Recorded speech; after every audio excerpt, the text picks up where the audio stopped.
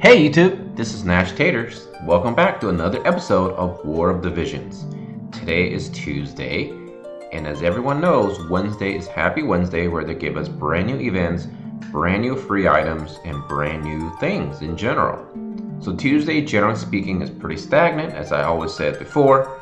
Not much to do other than to keep farming, but I feel like it's always a great time to talk about the new units, whether it be an actual unit or perhaps new vision cards / Esper combos, and discuss whether or not they should be summoned or should be left alone in their original banners.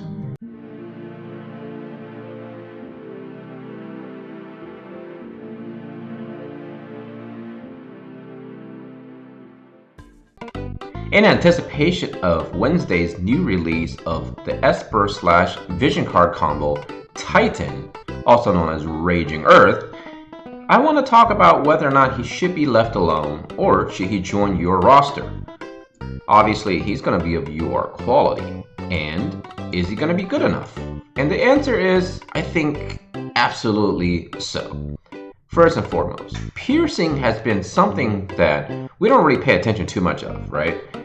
I think the meta, as people like to call it, has always been like one tank, one damage / DPS, and perhaps one support unit since literally the release of the global version.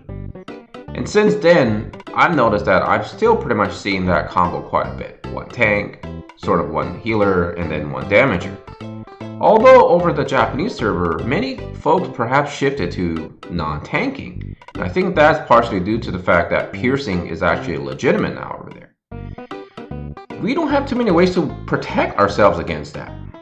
Recently, we have been getting more additions in terms of piercing resistances and, of course, increased piercing. Now that we have gotten Titan, we are able to get a lot more piercing in terms of helping out those units. Now, I was quickly reminded that there is actually an Earth unit that equips spears, and that is, of course, Eileen, the unit with the cute face and the goggles. I can't believe I forgot about her. So thank you, community, for reminding me that we do still, in fact, have an Earth unit that we have access to that can equip a spear as their main job. First and foremost, let's just quickly remind ourselves of what the vision card does. Man-eater up upon physical attack. I think that's always going to be great for either PvP or PvE. Now, we do know we are all going to be getting brand new effects now slapped upon vision cards. Is that power creeping?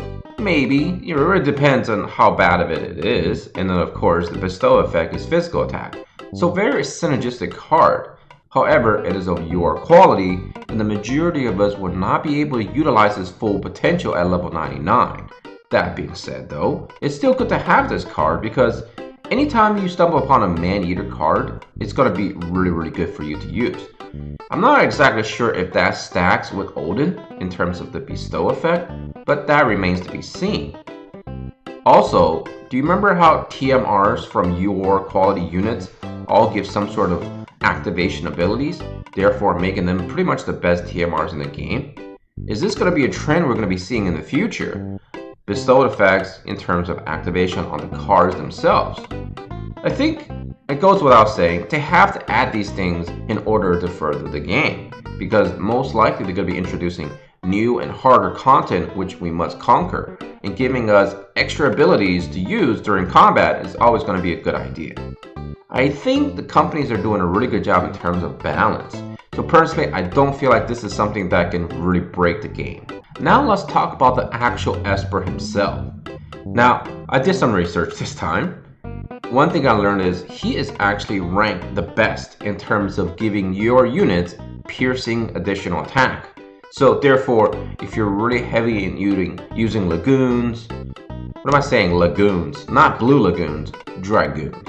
And of course, if you're using Valkyries or Eileen or anybody who like to use giant spears, this is going to be pretty much the best Esper to pair them up with in terms of using offensive abilities. Now, for defense abilities, he also gives Spirit plus 15 at max level of course, not max level of the Esper itself, but max level of you can reach in terms of cap. So that is in itself very solid. So if you wanted to slap this bad boy on your units that are could use more spirit? Absolutely. If you have someone that's perhaps weaker to magical attacks, most likely your piercing units, then this is also very synergistic when you combine that with the additional piercing attacks. One thing I learned about guild battles in Arena is that people who are on the higher tiers or the higher echelons of the ladder, generally speaking, focus on defensive capabilities. Because when you build a bunch of squishy units on defense, they're most likely going to get wiped out, therefore giving you a higher chance to lose the guild wars. And in terms of Arena, although there's not really incentive to defend, but especially in the top 15, I would assume, it is actually a good idea to defend, because if people keep defeating your team, they're going to keep climbing over you. But ultimately, Arena is built differently. Even if you lose your battle, you still gain points. So I think ultimately, the people who are fighting for supremacy in Arena are generally going to be the ones who spend the most number of gems and or Arena refreshes to be claiming the prize of #1. Personally, on this free-to-play account, I only have Sasha to utilize, and she is currently level up to 99. Am I going to try to get this? I think it wouldn't be a bad idea to get it, because anytime you have the ability to get an Esper, you should get it. Because while you may not necessarily try to max level the vision card itself, getting the Esper is going to be very crucial in terms of making your account that much stronger. Because the stats you can add by maximizing the Esper, plus the fact that all those additional ability boosts can really put you over the top in certain situations. Now, the Titan himself can give you a lot of HP, I believe over 800. His agility is roughly 14. So not too impressive in terms of comparing himself to Odin perhaps, but still 14 agility, 800 HP, that's still really solid. Another unit that perhaps people already have access to, well, I got her recently, is Victoria. Now obviously we can talk about Glacialet because she's a new unit, but I'm not going to because she's currently on the feature banner. And for those of you who have gotten her, good for you. And for those of you who decided to pass on her due to other planning and whatnot, you know, I'm in the same boat.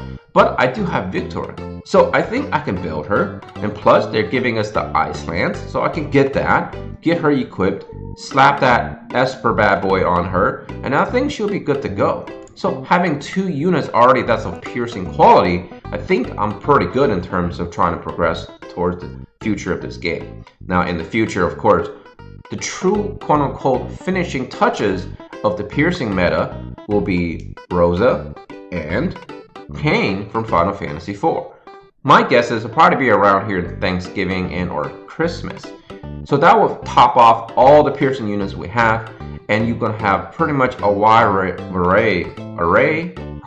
array of different piercers from different elements to combat all the enemy defenses. Now, is piercing going to be something that's going to be used in perhaps all across the board in PvE like slashing? I don't know, but definitely for sure, as you approach and encounter the hardest content in the game, which currently is going to be the hardest floors on the tower, the Porcelain Tower, and of course, the brutal challenges. So a lot of those units have a lot of hit points, a lot of defense, and I think piercing is going to be very good against them because most of them don't have strong piercing defenses. So in summary, I think Titan, whether you're going for the actual piercing capabilities or the additional spirit, I think it's a must summon in my honest opinion. And I think I'm only referring to the terms of perhaps maximizing the Esper version. Now obviously, again, can't emphasize this enough, for the majority of players, either if you're light spender, medium spender, or free to play, the chances of you maximizing a your quality vision card right during the time of release is going to be very difficult. I think the true hardcore heavy spenders are going to be the ones that are going to go after the level 99 versions. So that being said, I think if they offer the 10 grand guaranteed summon, it wouldn't be a bad idea. Maybe they're going to give us some free summons, maybe, and maybe they're going to give us some additional 5-step summons, and you still have a chance to get it at a reduced cost potential. Regardless of the case, I highly give this a high double thumbs up recommendation. Now, I'm going to finish this video by saying, should you be farming the raid? I think goes without saying as well. If you love samurais, and by the way, if you have Laswell, that sword is his sword. So I learned that, and that sword gives additional ice attacks and additional slash attacks. So clearly it's designed for Laswell, but of course the other samurais can wield it as well. Is it worth farming though? I'm not a fan of Laswell, so for me, I don't know if I ever build him, so I don't really care about him. But for the general public to be very objective, I think it's a very good weapon to obtain, especially obviously if you in the future are going to be building more samurais or you already own samurais that's already maxed out. I think that's an easier recommendation for me. So again, being objective, it's a high recommendation. Should you go hardcore for a +5? Probably not. I wouldn't recommend it. You don't want to burn yourself out, right? Especially during the holidays. My suggestion is get as high as possible. Maybe get a +3 this time. And when it comes back in the future, just keep getting a +3, +3, +3. It takes 4 times of +3s to get that one +5. So I think that's all the time for this video. I hope you find these summon or save videos helpful, because I know I do. It makes me go and do research on these things and kind of learn to choose for myself whether or not I should be spending the gems that I'm saving for to add them to my roster.